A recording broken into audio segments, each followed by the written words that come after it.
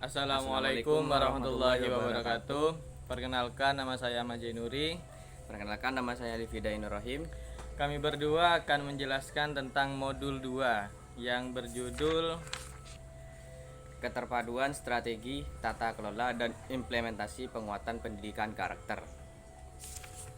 Pada pendahuluannya, penguatan pendidikan karakter atau PPK tumbuh berdasarkan berbagai kegiatan PPK yang sudah dikelola unit-unit utama di dalam Kementerian Pendidikan dan Kebudayaan. Nah, kita akan membahas secara khusus mengidentifikasi pelaksanaan dan pemangku kepentingan yang terlibat dalam PPK. Yang kedua, mengidentifikasi fungsi dan peranan pelaksanaan dan pemangku kepentingan yang terlibat dalam PPK.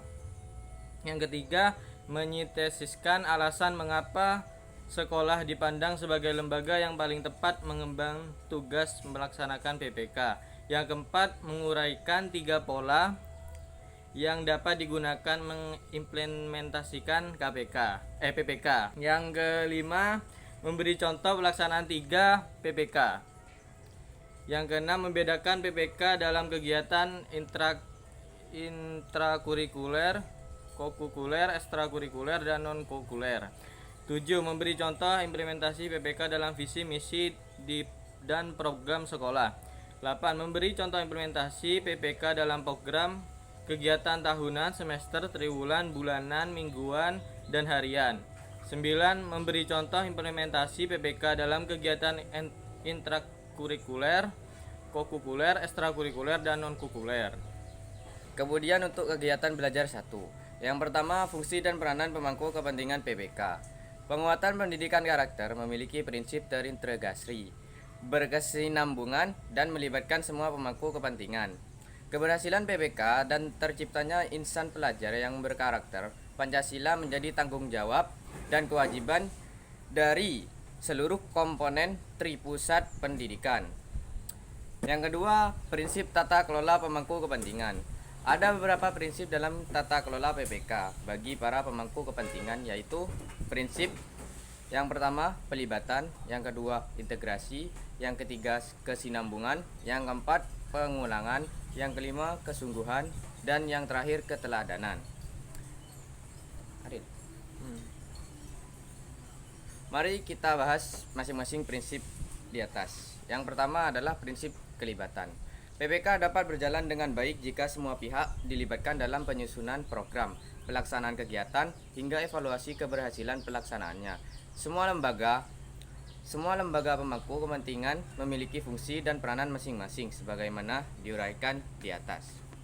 Yang kedua, prinsip integrasi. Prinsip integrasi lebih pada integrasi semua pemangku kepentingan untuk membantu mengembangkan PPK peserta didik. Yang ketiga, prinsip kesinambungan. Pengembangan PPK harus dilakukan secara berkesinambungan. Artinya, PPK bukan dilakukan dengan sekali dilakukan kemudian selesai dan dianggap sudah mengenal karakter tersebut. Yang keempat adalah pengulangan dan konsistensi. Pengulangan dimaksud untuk mewujudkan karakter itu menjadi kebiasaan dan akhirnya membudaya. Dengan arti lain, pengulangan membuat peserta didik dapat bertindak otomatis tanpa pikir panjang. Yang kelima, prinsip kesungguhan. Penuangan PPK sangat membutuhkan kesungguhan peserta didik dan para pendidik dan para pemangku kepentingan dan bukan sambil lalu. Yang keenam, prinsip keteladanan. Hal ini yang sangat penting untuk dikondisikan oleh lingkungan adalah keteladanan.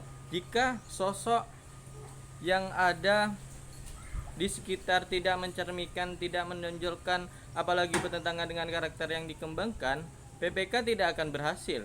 Peserta didik yang disungguhi oleh media dengan korupsi, kejahatan, dan penyelewangan. Sekarang poin yang ketiga, yaitu keterpaduan prinsip tata kelola dalam implementasi PPK. Pada bagian ini, Keterpaduan seluruh komponen pemangku kepentingan di atas sangat diperlukan dalam pelaksanaan PPK. Benar ya? Ya. Yang keempat, contoh keterpaduan tata kelola dalam implementasi program PPK. Pada bagian ini akan dipaparkan dua contoh saja. Contoh pertama, tata kelola program warung kejujuran. Biasanya sekolah berada Ulang ya biasanya. gitu. Langsung Ulang. iya. Yang keempat adalah contoh keperpaduan tata kelola dalam implementasi program PPK. Kemudian kegiatan belajar yang kedua. Setelah mempelajari kegiatan belajar 2 ini, kita diharapkan dapat menyintesis alasan mengapa sekolah dipandang sebagai lembaga yang paling tepat mengemban tugas pelaksanaan PPK. Yang kedua, menguraikan 3 strategi yang dapat digunakan untuk implementasi PPK. Yang ketiga, memberi contoh pelaksanaan 3 pendekatan PPK. Yang keempat, membedakan PPK dalam kegiatan intrakurikuler, kurikuler, ekstrakurikuler, dan non-kurikuler. Yang kelima, memberi contoh implementasi PPK dalam visi, misi, dan program sekolah. Yang keenam, memberi contoh implementasi PPK dalam program kegiatan tahunan, semester, triwulan, bulanan, mingguan, dan harian.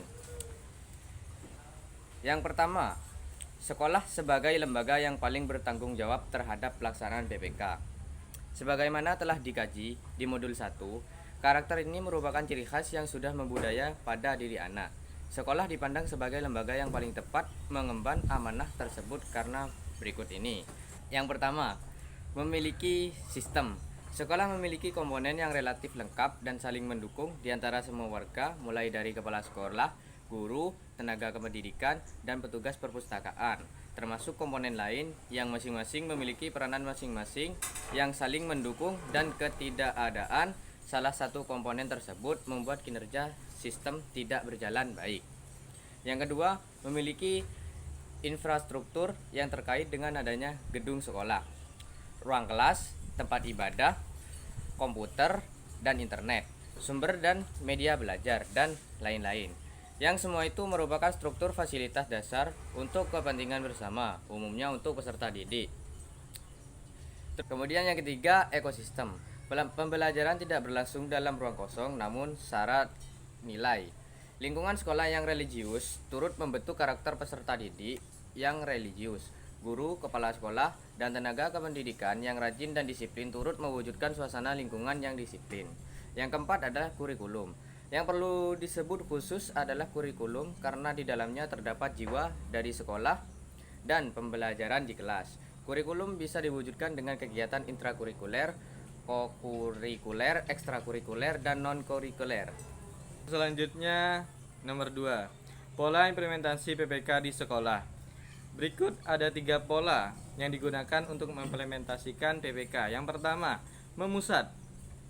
Pola memusat adalah pola yang digunakan dengan memusatkan karakter tertentu menjadi fokus dari berbagai atau semua kegiatan. Yang kedua, menyebar. Pola menyebar ini yang sering digunakan dengan menyebarkan karakter tertentu di dalam berbagai atau semua kegiatan. Yang ketiga, pengulangan. Pola pengulangan ini digunakan dengan selalu mengulang atau membiasakan karakter itu pada satu kegiatan tertentu. Selanjutnya yang ketiga, pendekatan penguatan pendidikan karakter. Penyelenggaraan PPK pada suatu pendidikan, jalur pendidikan formal dilakukan secara terintegrasi dalam kegiatan intrakurikuler, kokurikuler, ekstrakurikuler, dan non-kurikuler. Yang pertama, pendekatan berbasis kelas. PPK berbasis kelas berarti bahwa PPK dilaksanakan terintegrasi dalam mata pelajaran, kegiatan belajar mengajar, dan diperkuat dengan kegiatan yang memanajemen kelas, seperti mengintegrasi nilai-nilai karakter, merencanakan pengolahan kelas dan metode pembelajaran atau pembinaan sesuai dengan karakter peserta didik. Yang ketiga, melakukan evaluasi pembelajaran atau bimbingan. Yang keempat, mengembangkan kurikulum, muatan lokal sesuai dengan kebutuhan dan karakteristik daerah, satuan pendidikan, dan peserta didik. Yang kedua, pendekatan berbasis budaya. PPK berbasis budaya sekolah berarti bahwa pendidikan karakter berbasis budaya sekolah merupakan suatu kegiatan untuk menciptakan iklim dan lingkungan sekolah yang mendukung praksis atau PPK. Yang ketiga, pendekatan berbasis masyarakat. PPK berbasis masyarakat berarti bahwa penguatan pendidikan karakter yang dilaksanakan satuan pendidikan untuk memberikan karakter siswa dengan melibatkan masyarakat. Kemudian poin yang keempat, contoh implementasi karakter dalam visi, misi, dan tujuan sekolah. PPK dapat diimplementasikan dalam visi, misi, dan tujuan sekolah sesuai dengan kompetensi yang dimiliki warga sekolah dan lingkungan yang ada di sekitar sekolah. Contoh implementasi PPK dalam visi sekolah yaitu terwujudnya pribadi yang religius, santun, dan cerdas. Terwujudnya pribadi yang beriman, cerdas, terampil, mandiri, dan berwawasan global. Serta terwujudnya peserta didik yang berakhlak, menguasai iptek, dan peduli lingkungan. Kemudian syarat visi, misi, dan tujuan yang baik yaitu yang pertama bernilai tinggi namun terjangkau. Yang kedua tercukupnya kompetensi guru. Yang ketiga tersedianya fasilitas sekolah. Yang keempat dukungan orang tua dan lingkungan. Yang kelima terwujud pada diri lulusan dalam tempo 6 tahun atau sekolah dalam 10 tahun. Yang terakhir memenuhi tuntunan, kebutuhan, dan harapan masyarakat pengguna. Kemudian misi sekolah. Yang pertama menciptakan budaya sekolah yang berpenampilan bersih, asri, dan menarik. Yang kedua menumbuh kembangkan pengabdian kepada Tuhan serta peduli sesama dan lingkungannya. Yang ketiga menerapkan layanan pendidikan yang berkarakter jujur. Yang keempat mengembangkan kedisiplinan peserta didik secara optimal. Yang kelima contoh tujuan sekolah. Yang keenam melestarikan seni budaya daerah. Yang terakhir melatih jiwa cinta lingkungan. Poin yang kelima, contoh implementasi PPK dalam program kegiatan tahunan, semester, triwulan, bulanan, mingguan, dan harian.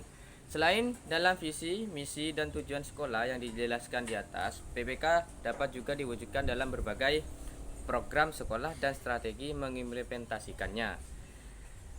Yang pertama, program tahun.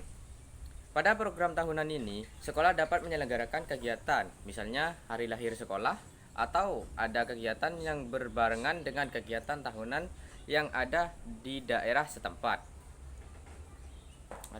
Kemudian yang kedua, program setiap semester. Pada program setiap semester ini, sekolah dapat mengundang orang tua saat pembagian rapor dengan melakukan kegiatan yang produktif yang dapat mengasah karakter peserta didik atau untuk prestasi sekolah sehingga ada kebersamaan antara sekolah dengan orang tua dan masyarakat sekitar. Yang ketiga, program triwulan. Pada program triwulan dapat dilakukan seperti penganugerahan. Karakter berupa penghargaan terhadap siswa setiap kelas, setiap angkatan jika ada beberapa kelas di sekolah itu dalam satu angkatan.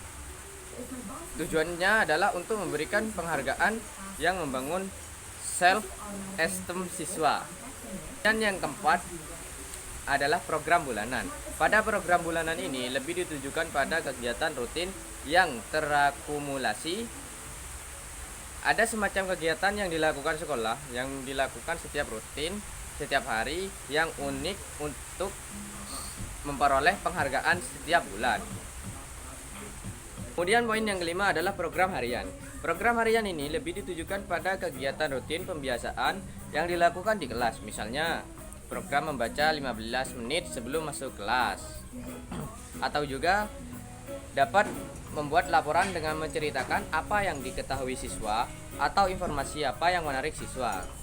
Secara bergilir, siswa dipilih secara acak untuk bercerita. Mungkin satu hari 2-3 peserta didik saja. Kemudian poin yang keenam, yaitu PPK berbasis keluarga. Setiap keluarga memiliki kekhasan karakter yang ditanamkan pada putra-putrinya. Kenapa unik dan tidak sama antara keluarga yang satu dengan yang lain? Karena setiap keluarga memiliki sejarah dan pengalaman hidup yang unik. Yang kedua, masing-masing keluarga memiliki komitmen yang diajarkan oleh keluarga sebelumnya. Yang ketiga, tiap keluarga memiliki kebiasaan yang unik demi kebahagiaan putra-putrinya. Adapun strategi yang dapat ditempuh orang tua terhadap anak, yaitu yang pertama, keteladanan orang tua yang dapat dialami langsung oleh putra-putrinya. Kemudian yang kedua, cerita keluarga.